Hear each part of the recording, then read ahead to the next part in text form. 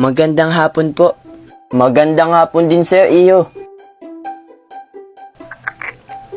Ikaw po ba ang tatay ni Edward? Oo, tama ka dyan, iyo. Ako ang tatay ni Edward. Kung ganon, ito po yung card ni Edward, tatay.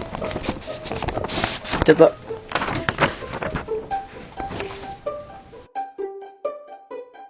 Bali, makikipirmahan yung second grading dyan, tay. Pwede mo bang ituro, iyo? Malabo kasi ang mata ko. Ganun po, tay. O siya, halika dito, Edward. Pwede bang ikaw na ang tumulong sa tatay mo? May isa pa kasing magulang na naghihintay. Kaya maiwan ko muna kayo, Edward. Tatay. O sige po, sir. Ako na ang tutulong kay tatay. Thank you, iyo. Sige po, sir. Magandang hapon po, sir. Ikaw po ba yung tatay ni JC? Oo. Ako yung tatay ni JC. Congrats po sa anak niya, sir.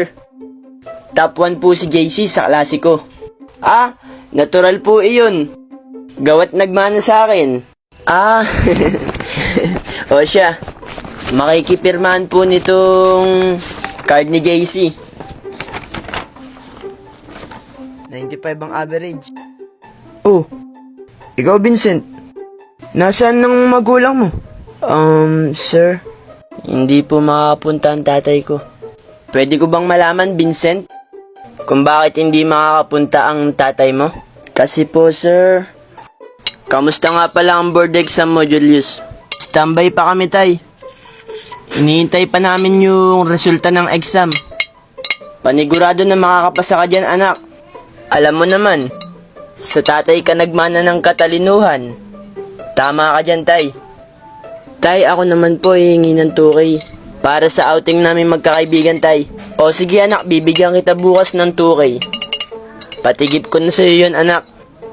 Dahil top 1 ka sa classroom nyo. Talaga, tay? Maraming salamat po. The best ka talaga, tay.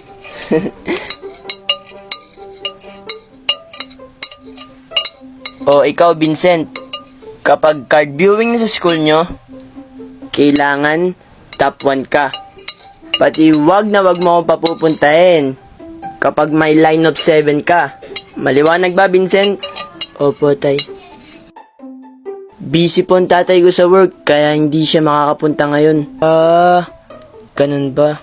O siya, sabihin mo sa tatay mo, pumunta sa susunod na card viewing. O sige po, sir. She knows, and I know.